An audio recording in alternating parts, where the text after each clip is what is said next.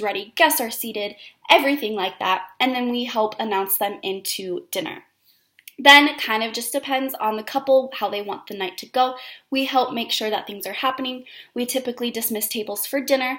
We do table by table, family first, well, bridal party first, family, anybody important, and then usually table by table until everybody eats.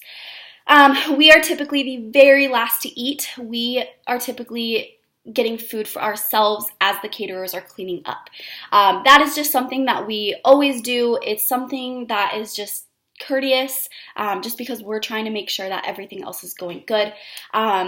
Always, always, always include your vendors, planners, coordinators, anything like that in a head count, because I have gone to a wedding where they did not include it, and I went all day without eating. So please, please, please include your vendors in the head count for food. Give them food. They deserve it. Okay, so then after kind of the dances happen, then we're kind of just sitting there monitoring. That's when we can kind of relax, make sure that everything's going to plan. If anybody has any questions, then we're there to answer them. Otherwise, we're just kind of behind the scenes, hanging out, taking a break. Then, typically around last call, that's when we start cleaning things up, getting things ready, moving gifts, kind of making sure the couple are good if they need anything before they leave. And then we help clean up, and then we're typically the last ones out, along with the people who close up the venue, who close up shop. So it's fun. It's a very long day, but it's super fun. We're usually the first people there and the first people out. But it does make for a super, super fun day. Lots of memories. Wouldn't trade it for the world.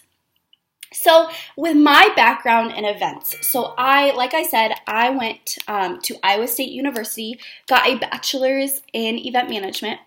I kind of have been the person to always plan things. I love having lists, making things out, writing things down, helping people, really having that customer service attitude, making sure everybody's having fun, kind of putting people before me. So kind of that's my background with it. I really got into events in college. High school, not so much. I planned my own graduation party, did all of that myself with a little help from my parents, but otherwise I kind of took charge of all of that. But college really helped me explore it. I really got to kind of spread my wings and fly. I was in a few clubs and organizations that were event related, so I kind of got a taste in that, and then really just with jobs, being kind of on the event side of things with jobs, seeing how things go, love reading about it, getting different reading material, writing material, anything like that. That's kind of really what helped me and sparked my interest with it. So kind of like I said before how I obtained the position, I saw the email from Becky, I went and applied, and I got accepted. I was one of the only ones that got accepted out of 80 people who applied. So I feel very gracious, very, very blessed to be picked from Becky to be on her team. There was a question about growth in the industry. So in the event industry, I am fairly kind of leaning towards the wedding industry. I have done other events. I've worked for a chamber of commerce. I've worked for a hockey team here in Iowa, but I really, really love the wedding industry. I know there's studies and statistics out there that say not a lot of people are getting married, or a lot of weddings end in divorce. However, I feel like a lot of people are getting married, especially now because we have, different ways to celebrate a wedding. A lot of things aren't traditional anymore. They're getting crazy, big, elaborate, whimsical. So I think that the growth in the industry is definitely going up. It's growing every year. Especially not only because with Mostly Becky, we are not just a wedding coordinator planner. We also have a few workshops that we do. We just opened 2 venues. We co-own 2 venues, one in Florida, one here in Iowa. So we're in charge of that. We're the sole coordinator for it. So if you go and use these venues, we are the coordinator. You go through us. So that we've kind of helped expanded that because they are event venues. It's not specifically just weddings. It's doing a bunch of other things as well. So with that, we also do a little workshop. It's called Capture the Essence. Becky Thomas, my boss and owner of Mostly Becky, and Riley Mullane of Riley's Premium DJ Services. I know he's been kind of changing names, so his business name is along those lines. I'm sorry, Riley. But they co-own and co-created Capture the Essence. It is its own business entity as well. So Capture the Essence, basically what it is we have one workshop where it's specifically for vendors in the wedding industry.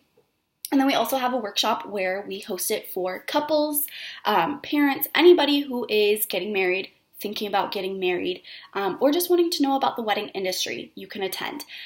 Basically, so what it is Riley and Becky talk about Riley being a DJ side of things, and then Becky being a coordinator side of things. So kind of talking about what to expect from vendors, know what to ask, what a reasonable price should be, what they should be doing for you to get all of your money.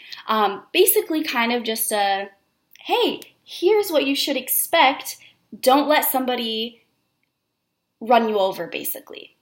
It's a little harsh, but that's kind of the essence of Capture the Essence. We want to make sure that on your wedding day, all eyes are on the bride and groom, or groom and groom, or bride and bride. We don't want things to get out of hand, where to the point we can't corral everybody. We want to make sure that it is on the happy couple getting married. So definitely there is a growth in the industry. I feel like it is going to go, especially with what Becky and our team is doing, it is going to grow and keep growing. Okay, so most common problems and how to handle. So, let's see. The most common problems that I have run into with the weddings that I have done so far. A lot of it is vendors who don't want to pay attention. It is vendors who kind of do their own thing. They feel like they don't want to work cohesively.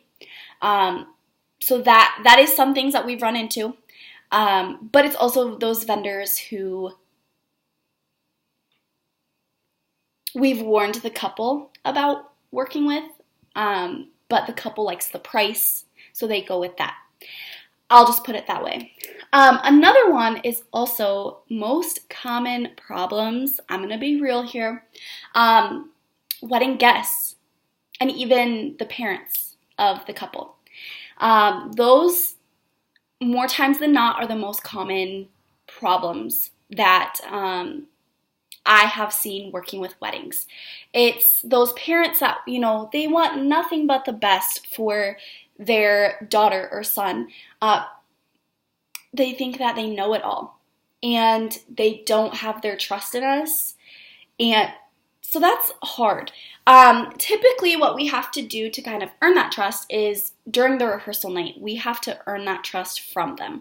We can't just ignore them. We have to build that relationship with them, have them earn our trust like the couple has earned our trust, and then we go from there. We kind of really just make sure that they're happy, they're getting what they want, as well as the couple. So that's kind of what we have to do. Really just building that trust, making sure that they're happy, but also that the couple is still happy. Guests, problems with them. Basically kind of thinking that they can do whatever they want, that they are in a relation of some sort to the couple that's getting married. So they think that, because I'm the cousin of the bride, I can do whatever I want, even though the bride specifically told you that I can't do this. I'm still going to do it because I'm her cousin. I've had that happen. It was a wedding where the couple didn't want anybody to come up to the house. It was at their private property. And so I was kind of on guard, making sure nobody was going up to the house, and a cousin was walking up. I had to go chase them down and be like, hey, sorry, the couple doesn't want anybody up here. I'm going to have to ask you to go back down to kind of where everybody's gathered. And they turn around and they said, well, I'm her cousin. I can go up there. And I said, I'm sorry, they really don't want anybody, even if you are family. And at this point, I'm not going to fight with a guest. There was some things that was said from the guest that weren't very nice, so I just kind of let it happen. Some things, 50-50, you can handle. Some things you can't. It kind of really just depends. You have to read the situation and handle it, which is something that you'll learn working in the events industry. You'll kind of get used to how things happen, know what to say, kind of get a feel. So at this point, I just thought, okay, I'm just going to let it go. If the bride asks, I will explain the situation. That was that. That's all I could do, really. Most successful event, that would be the very first wedding that I helped with. Looking back, that wedding really didn't have any flaws. I know before that, I didn't do any weddings with Becky, so I really didn't have anything to base it off of.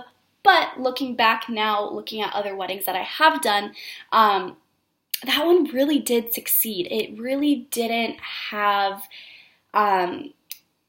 really any flaws. It was perfect. It was a ginormous wedding. It was hosted at the Salisbury House here in Des Moines. So it is kind of a mansion museum, but they host events there. Beautiful, beautiful property. The bride didn't like the inside of the mansion.